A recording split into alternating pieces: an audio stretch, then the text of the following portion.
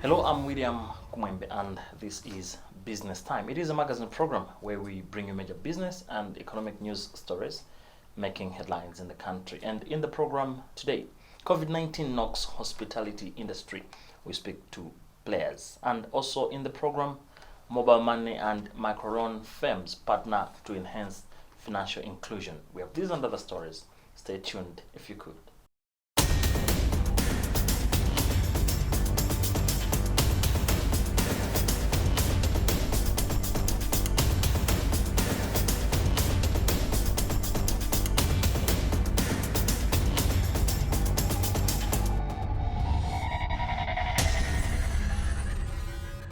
Hello and welcome. In our main story, players in the hospitality industry are counting losses due to the coronavirus pandemic, as many indicate they are struggling to stay in business. Our reporter Chimwemwe Mangazi engaged some of the players and now reports. A snap survey by Business Time has established that uptown hotels in the country have lost up to 90% of their business at the end of the month of April. In an interview, Chief Executive Officer of Sunbed Hotels and Resorts, Yusuf Olera, says business started normal but drastically fell after the country started observing restrictions on gatherings between March and April. In the beginning of the year, as usual, January is always very quiet, but the business started picking from February and March. And that trend was similar to the previous years. But when the COVID-19 started, and prior to that, Malawi stayed much longer before we started having our first cases. So the business showed some resilience. But the moment the first case was actually announced here, business significantly dropped to a point where when you look at how we performed during April, our occupancy was less than 12%. But what is the business outlook for Sunbed Hotels and Resorts? Olela once again. The outlook of the business in 2020 is not promising. And let me explain this. Number one, we will go through this process, and the modelers are saying that it'll probably be like this until August this year. But post that, you remember, a lot of businesses have closed down. Europe is going to go through economic recession. America is going to do that. Asia is going to do that. And even locally, for the business to start functioning again, for activities to start, it's going to take time. So this year, it's completely, there's no way any industry player is going to recover. We are hopeful that things may start looking better in the first quarter of next year, and we're seeing 2021 as the year of probably recovery.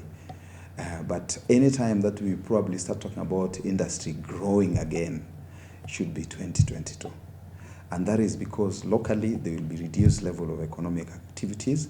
And we depend on a lot of travel from different source market. So that is also going to be slowed down. Right now, we're being told that South Africa Airline has grounded. And that's our major source of people coming into Malawi. Rios Hotel General Manager David Church says 90% of the hotel's business has disappeared in the past 4 months. He further urged shareholders of the company to expect tough outcomes in the short term. I would say, on average, you would be looking probably about 90% of the business has disappeared. As the leading international hotel, most of our business comes internationally. When there's no flights operating, borders are relatively closed, there's very little business to be had. However, I think what we've tried to do is be more creative. So we said, 21 Grill, iconic restaurant, let's make a gourmet takeaway service. Let's convert one of our conference rooms into a top-of-the-range video conferencing space. Let's offer, maybe if conferencing is not available within the hotel, let's take the services, let's take the food and the experience out into different operations. So we've been very flexible in terms of saying, yes, traditionally our market might have changed, but we've had to change with it. I think from a shareholder's point of view, if you look worldwide, any company, it's going to be a tough experience, but we know that we'll come out of the experience better, more flexible, I think far more creative than we've ever had to be before. So I think we do have a tough period coming up. We have been incredibly tight on costs.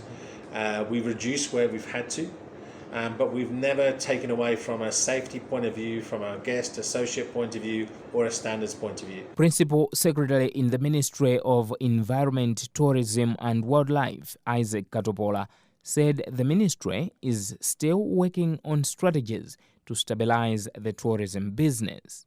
The tourism industry is among the hardest hit sectors of the local economy following restrictions on gatherings by the government early last month, coupled with travel restrictions both locally and internationally. Recently, the International Monetary Fund slashed Malawi's gross domestic product growth rate for 2020 from 5% to 1% due to the impact of COVID-19.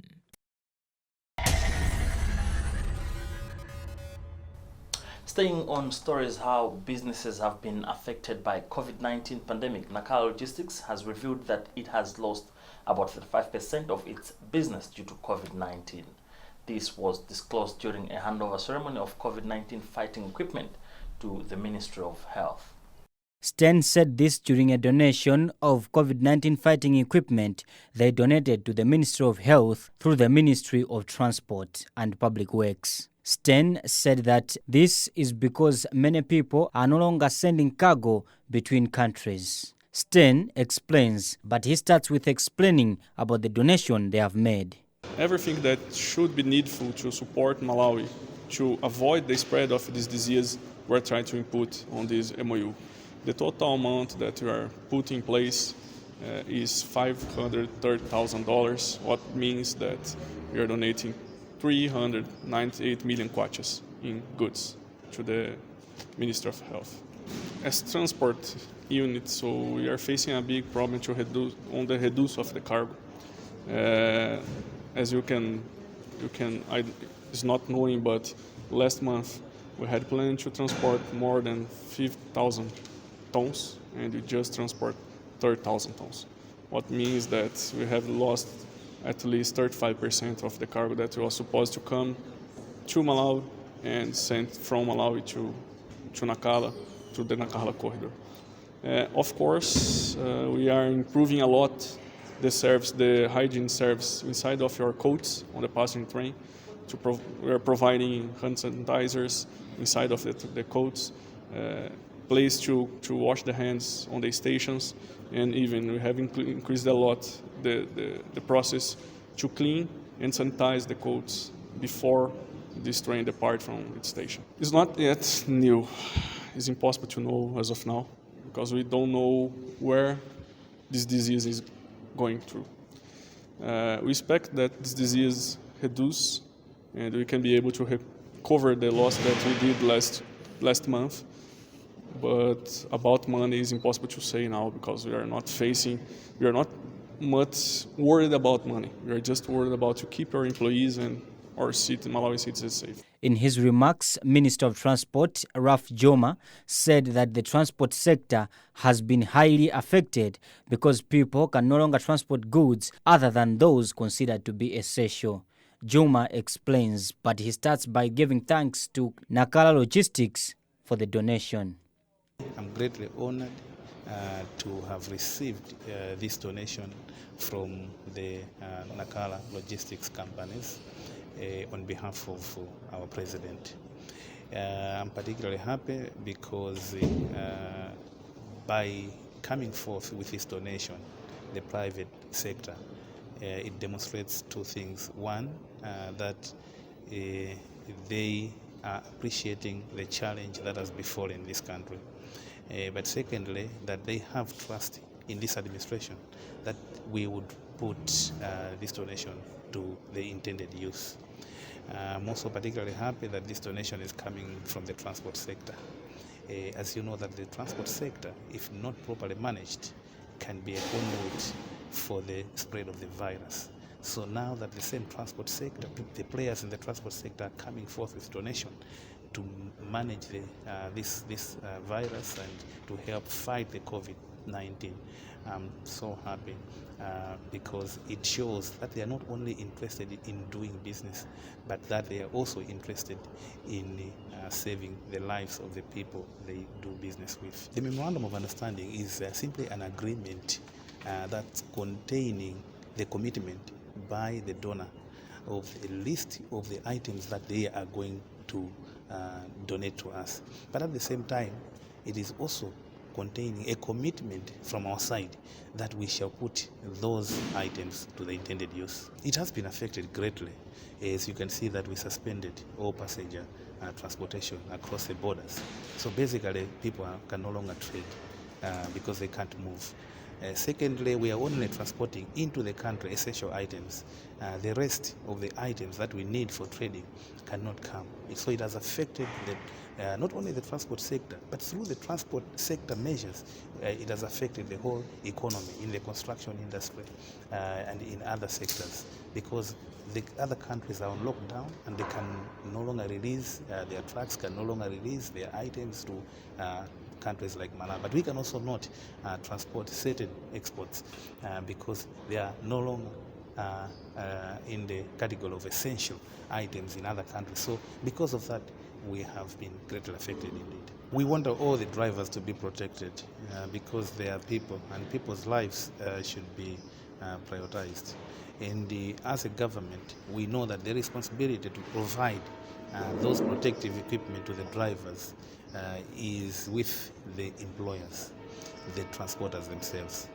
And as a government, we sit in the middle of the discussions to make sure that we mediate so the transporters understand the need to provide the equipment to the drivers. We have done that, and we have reached an agreement. That's why you have seen the normalcy on our roads, because there's an agreement that the drivers will be supported by the transporters. COVID-19, which started in the city of Wuhan in China, has had devastating effects on economies, with the IMF slashing down growth of the economies, both international and local.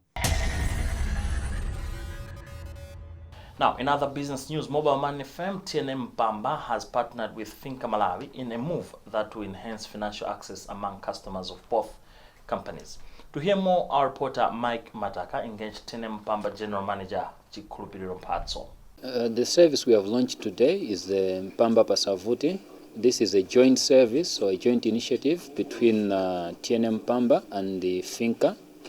So basically, this is a new service which will enable our customers to be able to make savings depending on the money they have on Pamba, as well as to be able to borrow loans based on the money that they have and the behaviors which they have been displaying on our network. So basically, any customer who is registered on Pamba and is in need of savings or borrowing money, what we have done is that Finka is powering the whole service based on the financial muscle that they have, and TNM Bamba is offering the technical ability.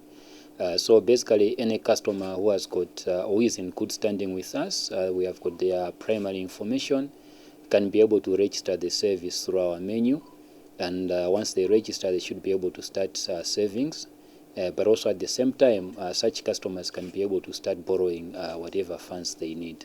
The service we have launched is very relevant, not just for now, but it's basically relevant during the COVID-19 pandemic, but also beyond the times in which we are living.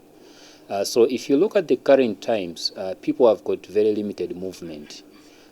So they cannot be able to move from point A to point B for them to be able to make their saving deposits or for them to be able to borrow money. So basically what TNM Bamba and Finka are saying is, whilst you are in the comfort of your local areas, you can still be able to proceed with your transactions, and whatever sales or whatever money you are having, you are able to put it in your Pamba wallet and be able to put it in a savings account which you are able to open. And again, as we are saying, this will be happening at any time of the day within your comfort. And this will work very well at a time when people cannot be able to move from point A to point B. But again, looking at the long term, we are saying this is a solution which is there for people As we stand now, most of our Malawian population is financially excluded. And we are saying, since we know our customers and their behaviors, we are able to vouch in for them and enable them at any point in time to be able to make both savings as also to borrow whatever money they need. So there are a number of things that we need to understand. For starters, what we have done to make life of our customers easier is to enable them to be able to share money with one person within the network or with other mobile money operators without any charges. But where you are taking money out of the ecosystem, there are still fees which are applicable. But it's important to understand that most of these fees are very affordable. We take understanding of the various customer levels, and you find that most of the fees which we are charging are put in such a way that we look at the amounts which the customers are transacting on. But going beyond the current situation in which we are, we'll continue from time to time to make an evaluation of what is the financial challenges which our customers are facing, and at that point in time, we'll be able to make an assessment and see if we need to make further extensions to the various offerings that we are giving, or if we need to revert everything to the previous setup. And Daniel Makata is Finka Malawi Head of Mobile and Digital Business. First of all, why this service is because we believe that the type of customers that we serve, which are Malawians, need this service now. If we look at where we are now as a country, we are in a situation where we need now to support each and everyone out there with easy access to financial services. And financial inclusion is one of the tenets that as Finka we believe in. And this product basically gives us a chance to reach out to our customers for them to be able to save their money easily, but also to get cheap and easy loans from Finka. Why did we partner with TNM is because our customers out there who are Malawians have given us as service providers, TNM and Finka, information that we need now to start using. We are in an era of digital banking, and digital banking is where you use information that you have and analyze that information and make decisions that are favorable for your customers. And what Finka and TNM is doing now on this product is to use information that our customers have given TNM. We are analyzing that information and make credit decisions for our customers so that we are able to provide loans without collateral for our customers, because this means now our customers are able to get loans using the information that they have provided through their usage on TNM mobile services, including TNM Bamba service. Well, we have done our thorough research on this product. We have done our calculations and analysis. As I said, we are using data to make decisions, and that analysis has shown us that our customers are capable customers, and we don't expect default because the information that we are having from our customers is giving us confidence that we will be able. Our customers have been waiting for a product like this one, and a few customers that we've talked to have also indicated that this is a product that they've been waiting for, and it really shows that the two companies have gone all the way to ensure that we are providing a service that our customers have already been waiting for, and we don't expect that the risk that we've taken here is a risk that our customers are not going to pay, but we believe that our customers are going to pay because we have done our risk analysis properly. Remember, this is Business Time, and my name is William Kumwembe. It is a magazine program where we bring you major business and economic news stories making headlines. We'll be right back.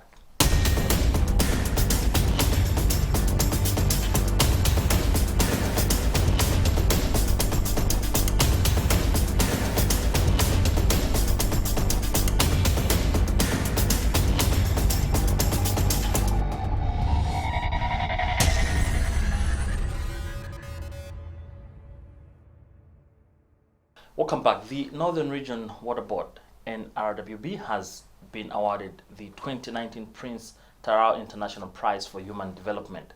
The award has been presented by the Arab Gulf Program for Development. The accolade comes with funds amounting to $200,000, which is about 150 million Malawi kwacha. Chumwe Mangazi has the whole story. The development follows successful implementation of the Mzimba Integrated Urban Water and Sanitation Project by the board. According to AgFund, the award is aimed at inciting and encouraging innovation and creativity in human development. Minister of Irrigation and Water Development Charles Nchacha said the accolade is due to sound corporate governance structures and accountability in the parastatal. This is a big achievement to our country, not only to Northern Region Water Board, not only to the ministry, but is an achievement to our country.